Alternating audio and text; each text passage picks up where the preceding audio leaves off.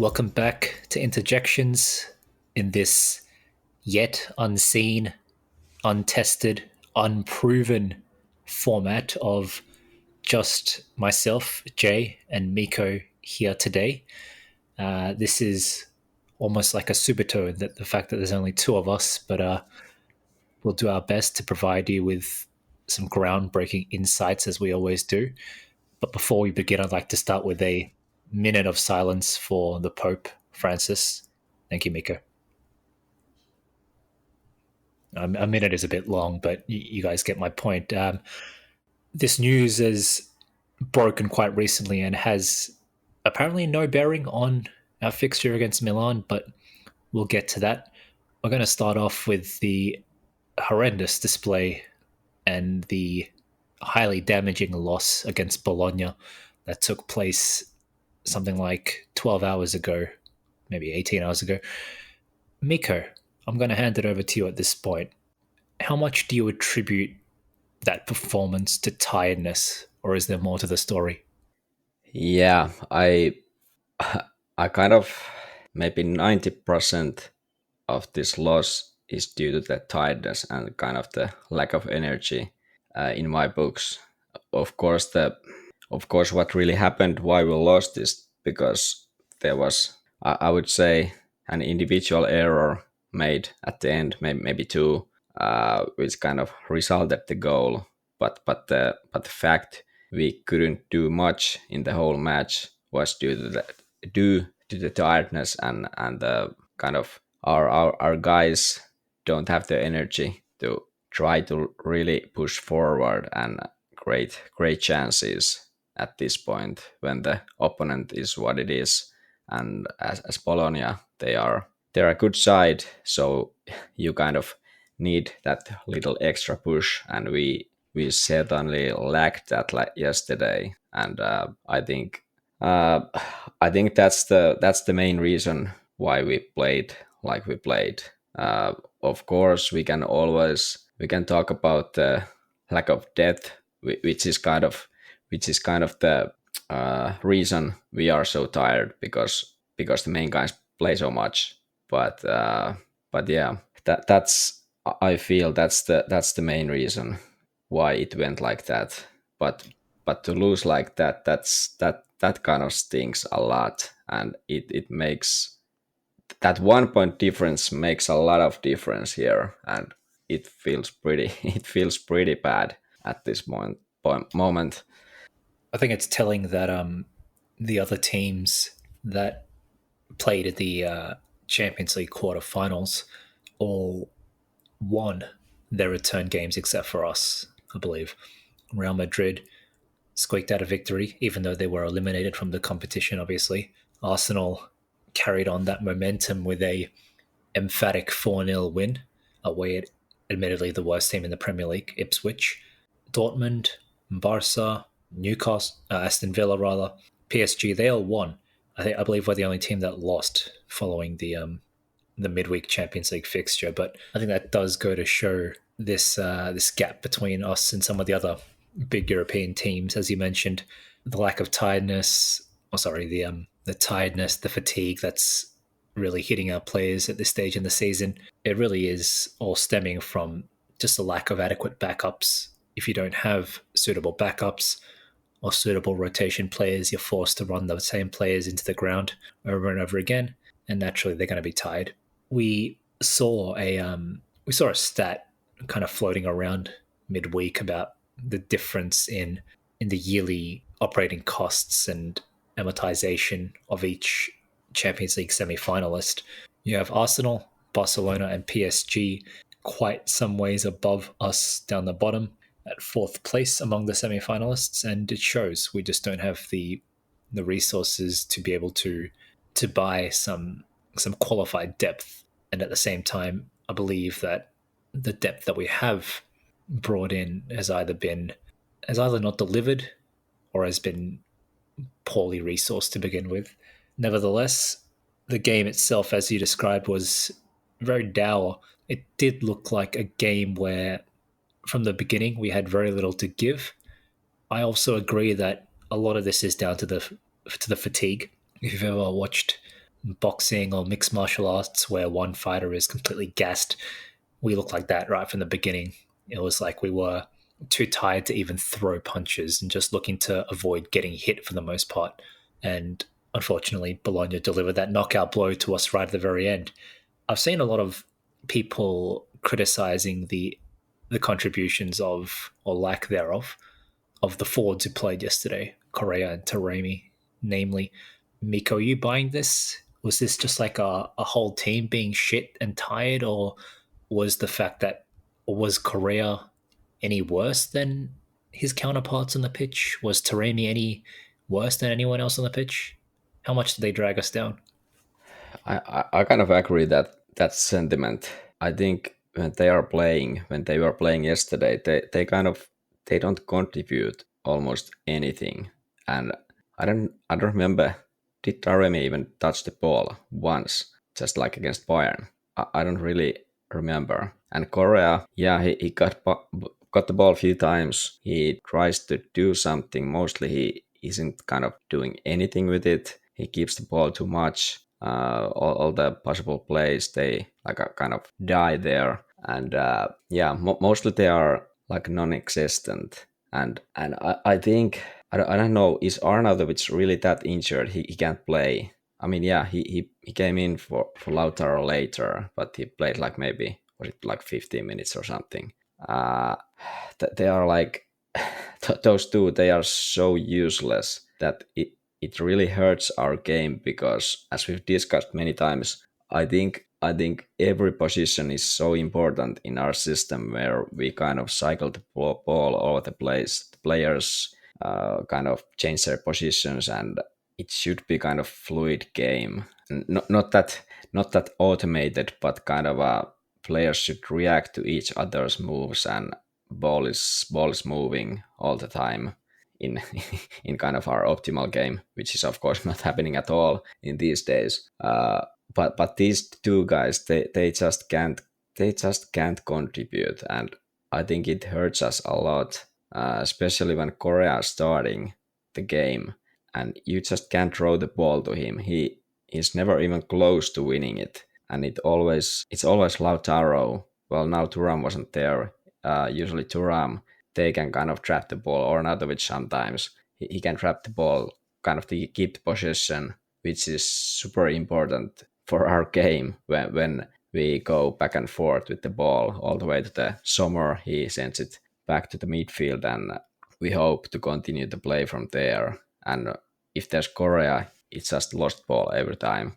Uh, yeah, How I much of that totally is down agree. to the tactics here, though? If surely it's up to the coach to change the tactics to suit the players he has at his disposal. If you've got, this is a very simplistic analogy, but if you normally play with a target man and he's injured, and you have to play with a, kind of nimbler, smaller, more skillful player, as his replacement, then surely you shouldn't continue to just play long balls and expect that smaller striker to perform the same function as a target man, right? Should we not have put more emphasis on trying to retain the ball and maybe assert ourselves in terms of possession and in terms of building attacking movement slowly, especially with Korea on the pitch, rather than going for this long ball based game?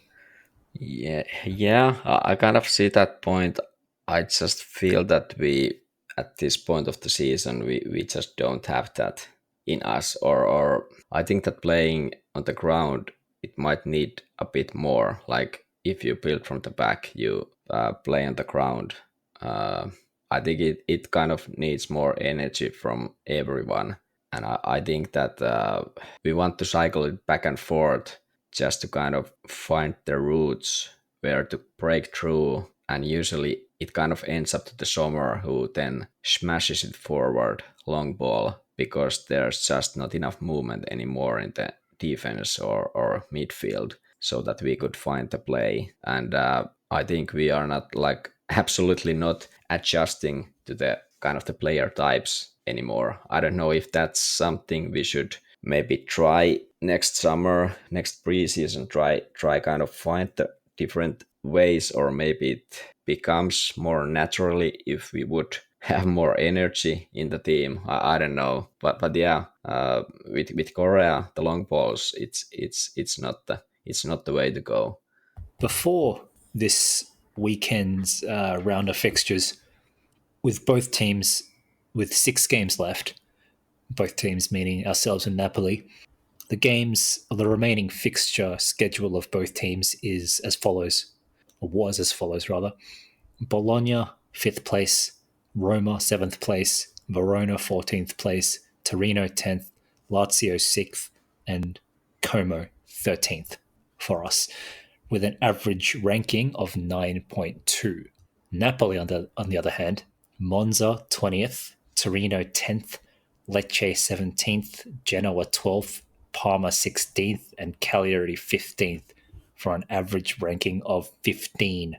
Now, that's demonstrably easier schedule than us.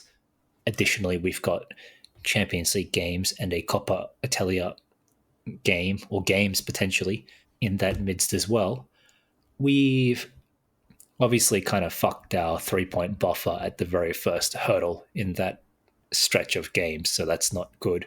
There is now literally zero room for error, unless you count like the playoff game with Napoli to to be the final fallback option of ours. But let me ask you this: how damaging do you feel that loss was yesterday? Do you feel like our Scudetto chances are seriously compromised as a result of the loss? Well, if we had drawn this game, we would be leading by 1 point, meaning that if Napoli draws one game, we would need to draw one game.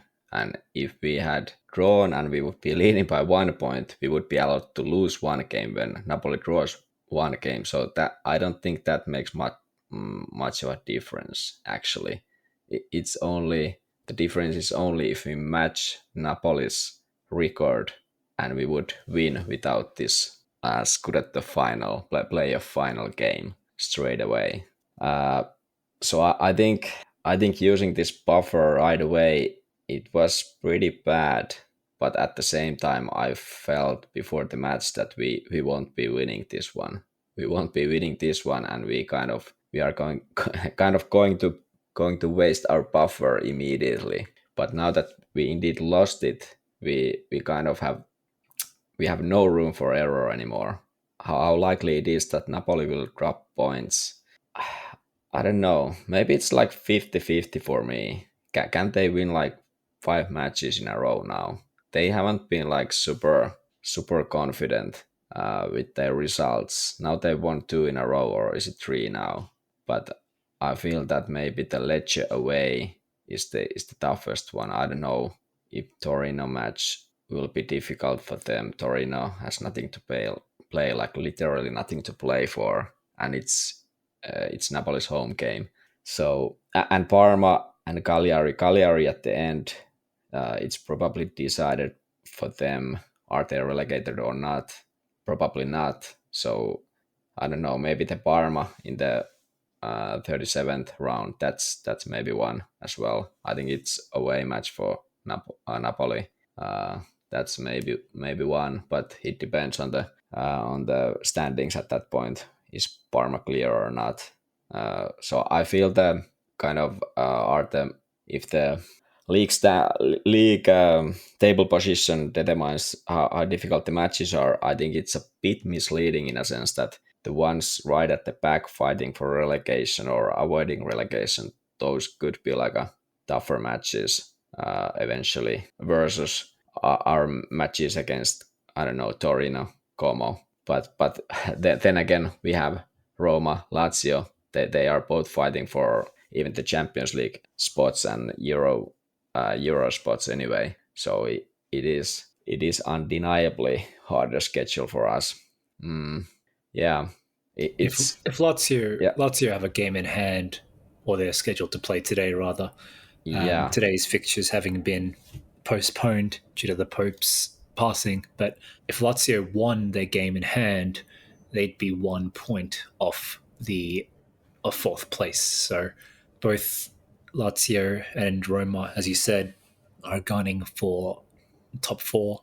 they are like right there. They are right there. Exactly, So they exactly. are fighting for everything now. Roma are undefeated in 12 games as well. So, well, they're on a hot streak thanks to Ranieri. So, I'm not sure.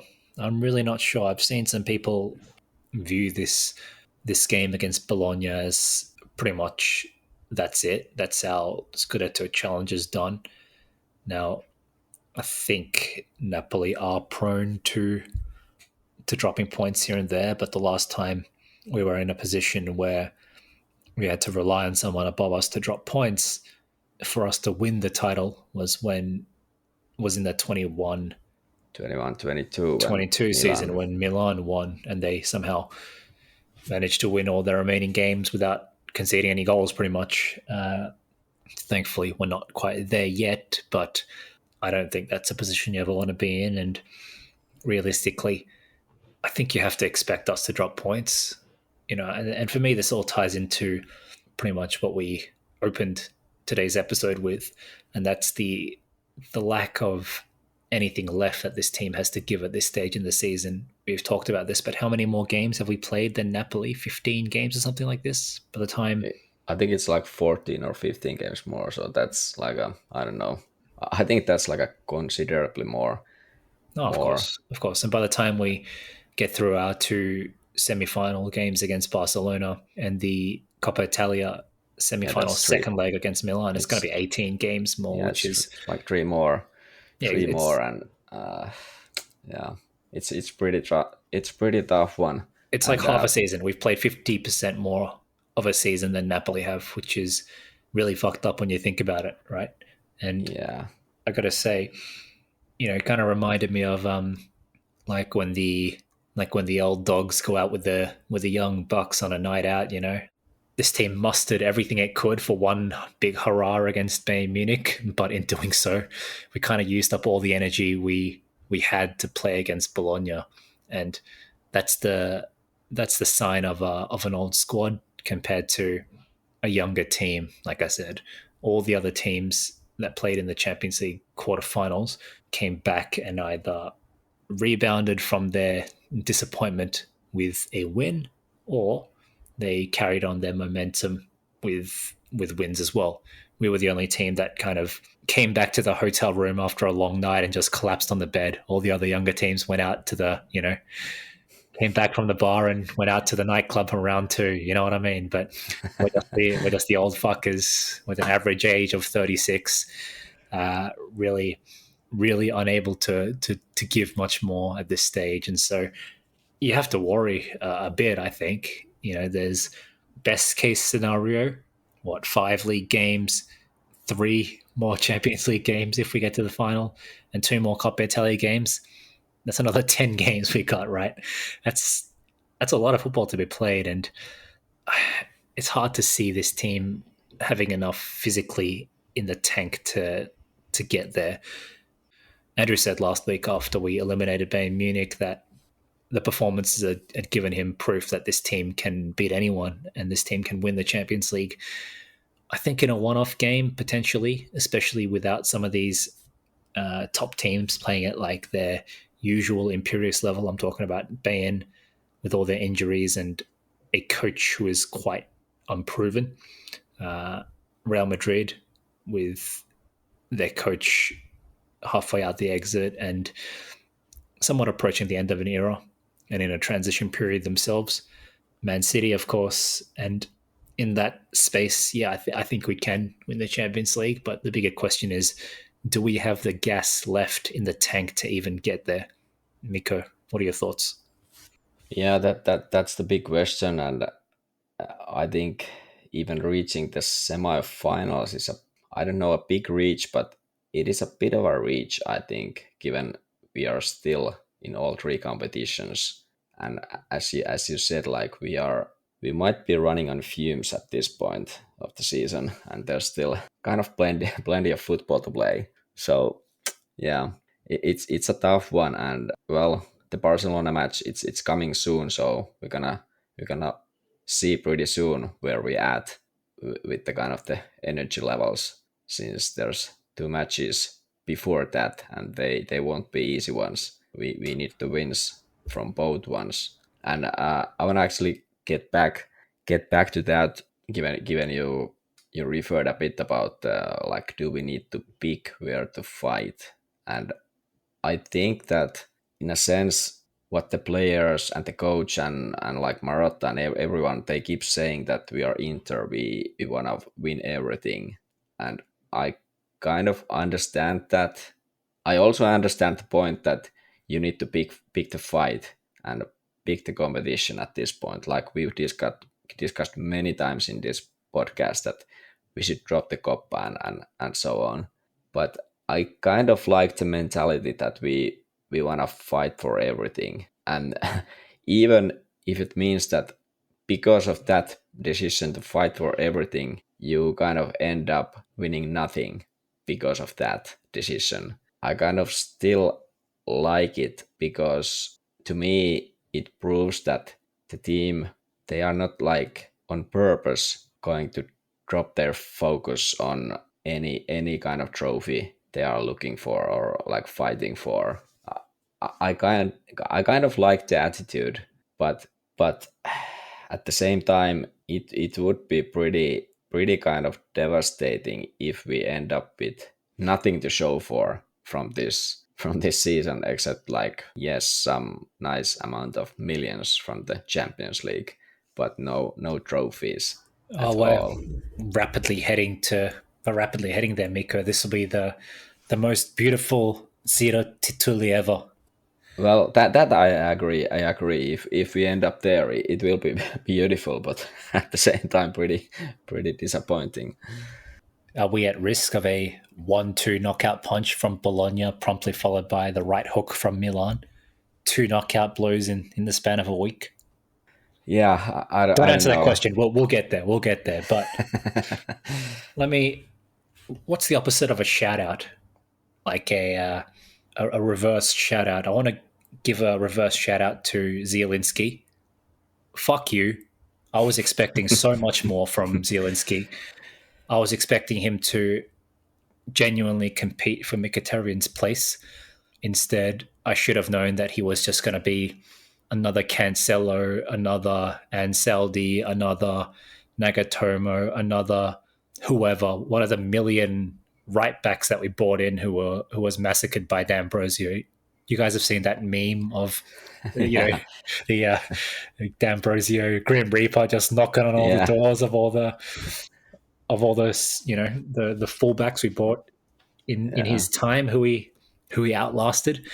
I should have known that Zielinski would just fall victim to Mkhitaryan's scythe, but I did not expect him to be this useless, and he's constantly fucking injured, which is what does my head in the most. If there's one kind of I pet don't know. hate, I don't know. Is he that injured? Like, I think he's missed like few games before, but this last one is, or the latest one is like this is hurting. Like he's injured at the absolutely wrong time, wrongest time of the season now.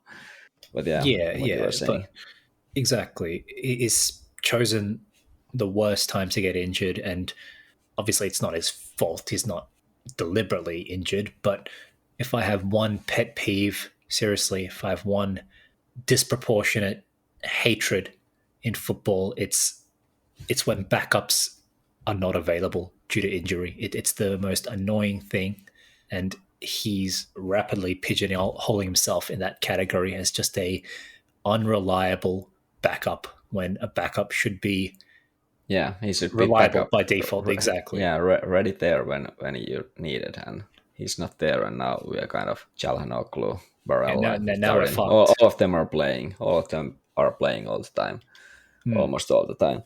According to Transfermarkt, he's missed 18 games, or he will miss 18 games by the time he's ready to return from his current calf injury. And that's more games than he's missed in the last 7 or 8 seasons combined at Napoli. So, it's Yeah, maybe. bit of Yeah, bit bit of of bad tough luck. luck. Yeah, Bit of bad luck, but yeah, what can you do? Anyway, that's my reverse shout out done. Let's move on to. Well, actually, before we move on, could you feel the dread when Orsolini came on? Could you just feel that that sense of inevitability lingering in the Dallara. I maybe kind of did a bit. I remember it was few years ago. I don't know, was it during Conte era or was it already Inzaghi or was it even earlier? But no, also he wasn't at Bologna at that time. I think he scored against us some breakaway goal or something, and I had like the flashback from that. Like, okay, this guy, god damn it. But maybe a bit. I was kind of hopeful at that moment that okay, we can still manage this game even though Bologna was able to create kind of traffic to our box, and it was a time to time a bit dangerous even though they really didn't create that much XG, for example. But yeah, I gotta admit that there was a bit of fear, not much, but a bit. I couldn't imagine what really then then will happen. How about you? You were Oh, I knew he'd score the second he came on. I mean, I predicted, I called it the moment he stepped on the pitch. But Orsolini is a guy with character. I think he definitely deserves he deserves a lot of credit for how he's been playing recently. And I'm surprised no bigger club like Napoli or Milan have moved on him. You know, I think I it's been like at least linked to Milan, I believe. But yeah, he has 12 league goals, 2 cup goals this season. Pretty good. 14 goals yeah, absolutely. That's to as much as Lautaro pretty much. But 2,000 minutes played, so he's not even like a bona fide starter there every time yeah, or I every don't. match. That was interesting to me. The fact that he wasn't starting the game because there was a time when Orsolini was their star player, and to some extent he still is. But I think his star has cooled a little bit as Italiano has implemented this system-based style of play rather than one more reliant on individual quality, right?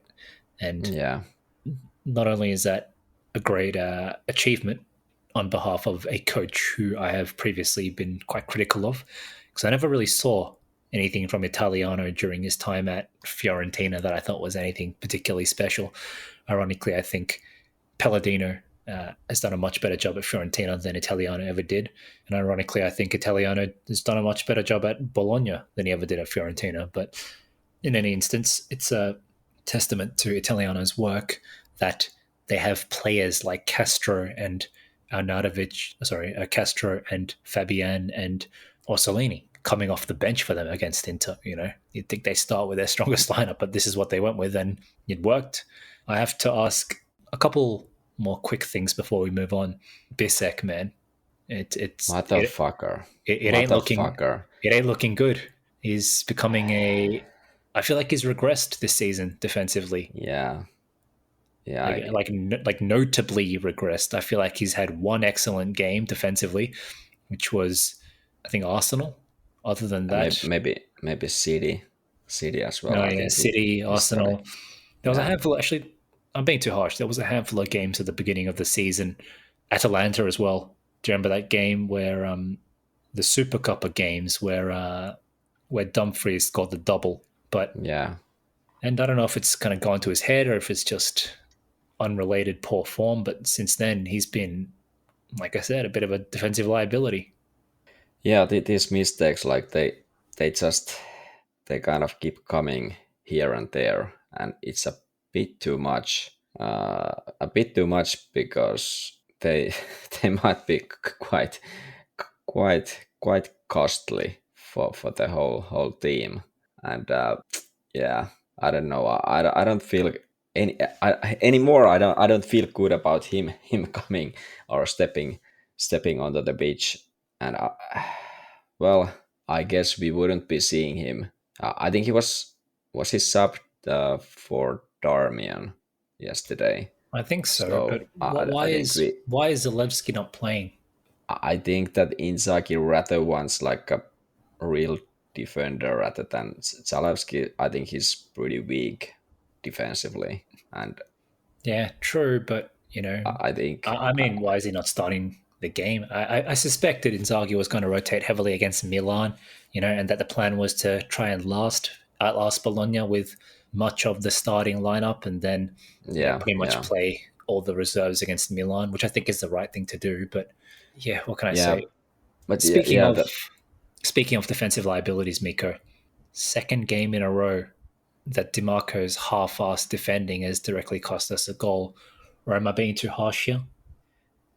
Yeah, I don't know. Maybe a bit. The Kane goal. It was a bit weak defending in a sense that you let the ball go through your legs, and now I don't know what was the yesterday's kind of defending. How are you going to? How are you like blocking the shot in a way? DiMarco tried to do it. I I don't mean, know. it was a difficult. It would have been difficult for DeMarco to get to Yeah, Orsolini, especially considering it was like a leaping scissor kick. It was a great goal. Don't get me wrong, yeah, yeah. and that's how Absolutely. Orsolini scored. But DeMarco has long had this, or his defending is limited to putting his arms behind his back and then kind of like sticking a foot out lazily and turning away, so that he doesn't get hit in the face. But I don't think that's really what you'd consider desperate or determined defending, and I think it costs us. Yeah, it is a bit half-assed kind of Well, it's thing to extremely do. half-assed. It's extremely Yeah, fucking half-assed. yeah. That's why I was quite keen for Carlos Augusto to start the second Bayern Munich leg, but in any instance, let's move on then to the derby. We were waiting for some confirmation regarding the scheduling to see whether the Pope's passing would result in the game being rescheduled, but it seems that other than today's matches, the other matches in the week ahead will not be rescheduled, but would rather see or observe a 1 minute silence before kickoff. Miko, tell me, what's the strategy here? Are we just playing a full backup side? Martinez, Bisek, Defray, etc., Zalewski, Fratesi, Aslani? I don't think so. I almost would say I hope it, but at the same time, can you expect us to win if we start with those guys? I don't know. I believe Martinez will start and goal. He's been playing every Coppa match, so I hope that keeps on going. But about the rest, well, I feel Mkhitaryan and Bastoni they will play because they will miss the Roma match, which is unfortunate. But yeah, that they will start. But then I don't know. It's I would kind of want to start Aslani only because Calhanoglu has been playing too much lately. Uh, but at the same time, it feels a bit bad. It feels a bit bad to start him, and I'm I have this feeling Inzaghi thinks the same way. He hasn't been using Aslani much lately. Like he's been given like I don't know 10 minutes here and there, but not in these kind of big matches anymore. And I would say this is a big match as well. So yeah, it's really hard to give any kind of a good answer because there's no good options for Inzaghi here. If you start with let's say Taremi Correa, what kind of a disaster is that? It sounds pretty like we can't do anything in attack with those guys. If we start with Lautaro, he's been playing these starting minutes for I don't know how long. Um, it's a tough one. Let's hope at least Arnautovic would be ready to start this match, since Thuram should be ready for the Roma in the weekend. Well, there's also a question to be asked about, are these players returning too soon from injury? I feel like DeMarco was quite underwhelming when he returned from injury. I still feel like Lautaro isn't fully fit, and I feel like Taram was not fully fit when he came back from injury and played a few games, and he was extremely rusty, and now he's injured again. And Yeah, yeah. likewise, Dumfries won't be ready for at least another week or two. It seems. Am I right? I think he should be fine for a Roma match. Dumfries, I think that's the target at least. But yeah, Thuram hasn't been 100% for weeks. I don't know if months. Yeah, exactly. So it's a bit of a bummer, but I kind of understand Inzaghi's point of view that he asks the player like, can you do it? And they just like, okay, I can do it, because the alternatives are so bad. They change our game too much that it's a tough one. It's a tough one, and there needs to be like questions needs to be asked after the season, like how did we get there here at this situation, and how how should we do better next season, because Well, this I is feel like we got here partly because, I don't want to derail us into a Mercato discussion, but we willingly went out and bought a 34-year-old Arnautovic as our backup striker. He turned 36, maybe even just a few days ago. It's only maybe in the last month that he started to look like an acceptable backup player. and now he's injured again, But kind that's of. the thing, and you guys have joked Yeah. about this previously. Every time he scores, he picks up a minor Yeah. injury. So maybe started with that banger against Lazio that he scored from outside the box, that left-footed volley.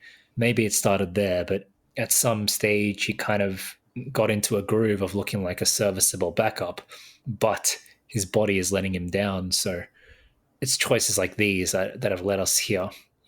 Spending 15 million on Joseph Martinez, 7 million on Thomas Palacios, whatever. These guys who have contributed next to nothing to our season. Imagine if we had spent that 20 million on a serviceable midfielder or something. Maybe we'd be better off. In any instance, Let me ask you first. What do you expect from the Milan match? Like, what kind of lineup? What kind of game do you see? Well, I think interestingly enough, there's a lot of optimism about the Milan match. I feel like a lot of Inter fans are taking for granted that we'll win, and I think a lot of that was based off the way the team performed against Bayern Munich, right? yeah. Not only did we finally prove that we could elevate ourselves to a certain performance level, which is something that we were lacking for pretty much the entire season up until we met Bayern Munich, right? Well, that's the main thing. We proved that we can play at this elite European level when required, and I think it's assumed from a lot of people or from a lot of quarters that we can or that we will carry that momentum forward. And at the very first point of asking, we collapsed. We just didn't have the energy to carry that momentum any further than we literally left all of it on the pitch defending the 2-2 against Bayern Munich is what I feel like. And so the match against Bologna showed that, as we've discussed already, this team really does look like it's running on fumes, especially the starting 11. There's no rest against Milan.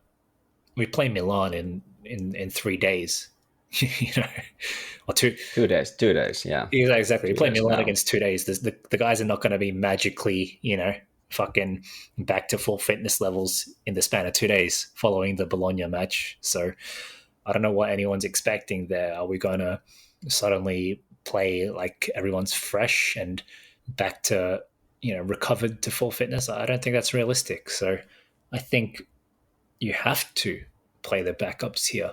But then obviously that leaves glaring questions over quality, especially if you trot out some like Fratesi, Aslani midfield with, De Vrij and Bisek and Zalewski. That could be a recipe for disaster. But I kind of think you have to, at this stage, put a lot of trust in the backups and just fucking hope for the best. I really think that failing to do that is putting our larger objectives at great risk. I mean, let's be real. If we get to the final of the Coppa Italia, we're not winning it anyway because it's also against fucking Bologna. But That's a tough one. That's a tough one. so we may as well just forfeit it now. Let Milan take it and allow Milan to walk all over us this season. 5 games undefeated against Inter, humiliating record, and just refocus on our bigger objectives, which is against Roma. So you would absolutely pick like two competitions and kind of forfeit this third one. Well, And unless there's any, again, am I wrong in saying that the team will not magically recover in time for the Milan game. Aside from Korea, we played the full first choice starting lineup against Bologna. That comes at a price. That full strength or that first choice lineup is not going to be as fresh as they would have been against Milan had we mixed the team around and kind of compensated for the Bain effort by playing a rotated team against Bologna. Yeah, yeah, it's fair.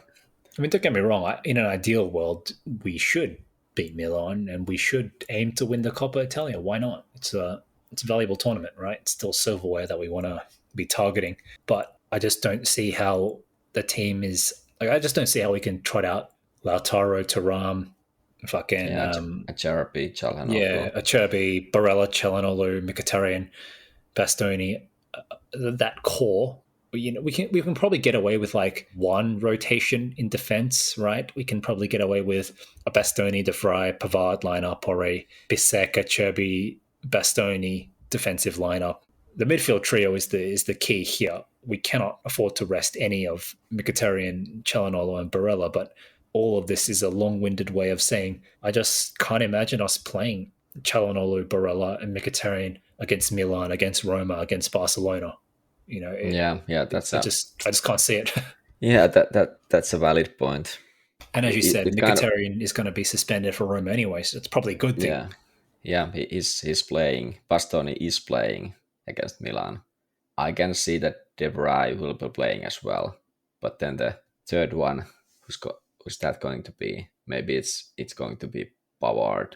I think that Bisek is at this point he's so unreliable. At least that's the feeling at this point. But I don't know. The wing backs, that's a hard one since Augusto has been playing a lot. He's been great, but he's been playing a lot. DiMarco, I don't know. He's not maybe fully fit or hasn't been great. I guess I kind of feel that DiMarco will start this match, and we try to use the left flank, Mkhitaryan, Bastoni, DiMarco. Maybe that's the way they can. Lautaro is an issue as well.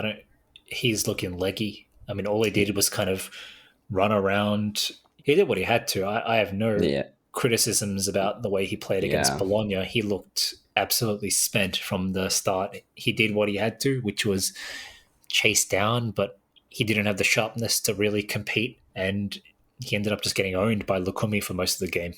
Yeah. The attack it will be a bit of an issue. Are we going to trot out a fucking Taremi Correa attack? We may as well just forfeit the game. Yeah, like I said, it would be kind of a joke. And I don't know, maybe the plan would be kind of keep the score tight for 1 hour, then bring the guys in and kind of get the result. Maybe that's the thing we should do. I've never been a fan of tactics like that. I feel like very few managers and very few teams have the ability to pull it off, and I don't think that this team really can, to be honest with you. I mean, we've gone for similar strategies in the past. Like, I think even Bologna was evidence of that. The reason we played out the full team yesterday was to try and hold Bologna. I think Inzaghi made a conscious decision, asking himself, firstly, what are the resources at my disposal? And secondly, what objective can I achieve from these resources? Can I win the game? Can I hold Bologna to a point? And who do I have to use to achieve this? And I think, as mentioned, he made a conscious decision to play the first choice lineup with the hope of holding Bologna to a draw. That's what I think. And obviously it didn't work. We lost the game. And we also expended our first choice players as well for 90 minutes. So that was like a worst possible outcome. Exactly. So it backfired, and I feel like I would say that the way this team can play two ways, it's this kind of ultra defending or very, very conservative way, and then this usual Serie A way where we dominate the match for most parts. And it feels that we can't do the dominate part in this match. That's the feeling at this point. So then it comes to like how we approach the match, and if we go with midfield of Asllani, Mkhitaryan, Frattesi, I don't know what will come out of that. But if I just feel that we need to start. Like you said, we can't go with the starters. We just need to rest the guys, especially because against Roma, we won't have Mkhitaryan, so we need Çalhanoğlu and Barella there. I don't know. It's really tough one. It's really tough one. I'm actually leaning towards Aslani Frattesi. Like, what the hell? Let's do this. I think you have to trust them. Like these guys need to stand the fuck up, especially. I was going to say especially for Tazy, but I think he's rescued enough points for us, right? He's had enough big moments for us in his Inter career where I'm not going to go so far as to say he's justified his sizable transfer fee, because let's not forget he was quite expensive. But overall, look, if Fratesi left the club at the end of the season, there'd be a sense of, he didn't live up to what was hyped, but he still left us with some big moments, right? Yeah. I have like kind of no complaints. It's more, and I feel almost bad even asking this of him because I know he's just not capable. But Aslani, is it too much to expect Aslani to have a big game here? Can we expect Bisek to lock down Liao? Can we expect Zalewski to have an impact if he plays and starts from the first minute? I don't know. Those are big asks, to say the least. That's what I mean. These are they need huge asks, but they need to pull it now, right now. That's exactly what I mean. Inzaghi, where we have no choice except for Inzaghi to actually demand this of these players. And if they don't deliver, then we perish. It's as simple as that. That's the way I look at it. I guess that's the way to go. But I still feel that Inzaghi will start Lautaro. He will start Barella. He might even start Çalhanoğlu, and I don't know. That might be like there's just too many games. So let's hope for that. So give me a prediction. Yeah, the prediction. I need to be on brand. So let's go with the 2-1 Inter victory, and these guys they will pull it off.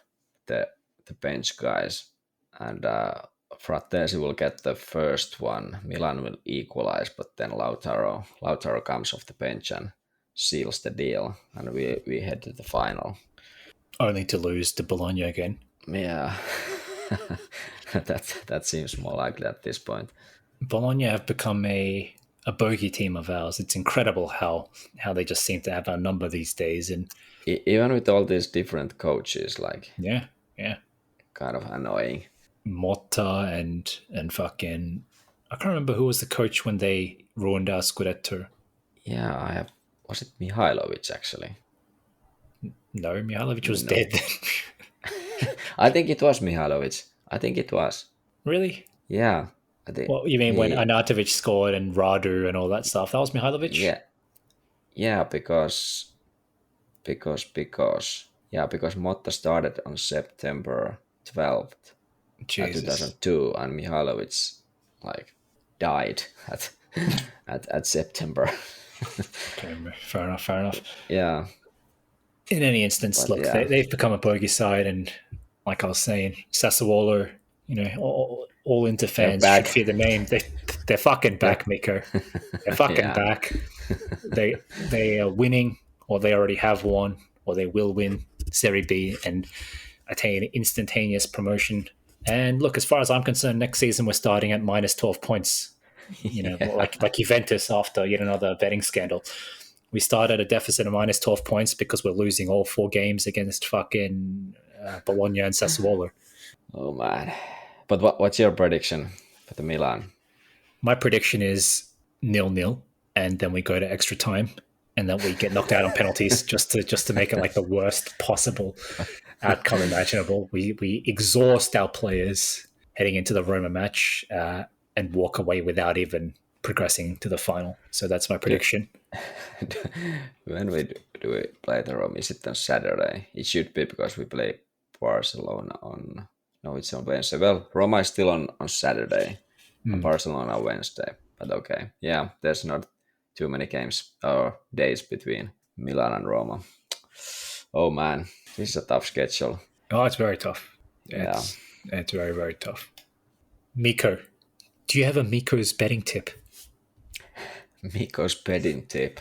Would you like to do the honors of our Mikko's hot betting tip? Let's see. What do we have? What do we have? Napoli Torino is maybe the most interesting for us. It's next Sunday. Should I be hopeful and pull some kind of a miracle result from there? Some 1-1 Napoli Torino. Let's go with that. Napoli can't pull the result. Torino will take the lead and they equalize, but can't get the win, and we are back on track. Let's go with that one. Suits to be a perfect Mikko Mikko's betting tip, hot betting tip. I've got a double whammy for you. So, by my calculations, and I could be wrong because I'm not good at math, but if Liverpool win one more game, they are guaranteed to win the Premier League mathematically. However, my prediction is that they lose 3-0 at home to Tottenham. Simultaneously, Arsenal Spicy. Arsenal defeat Crystal Palace 5-0, thereby delaying Liverpool's title by at least another match day.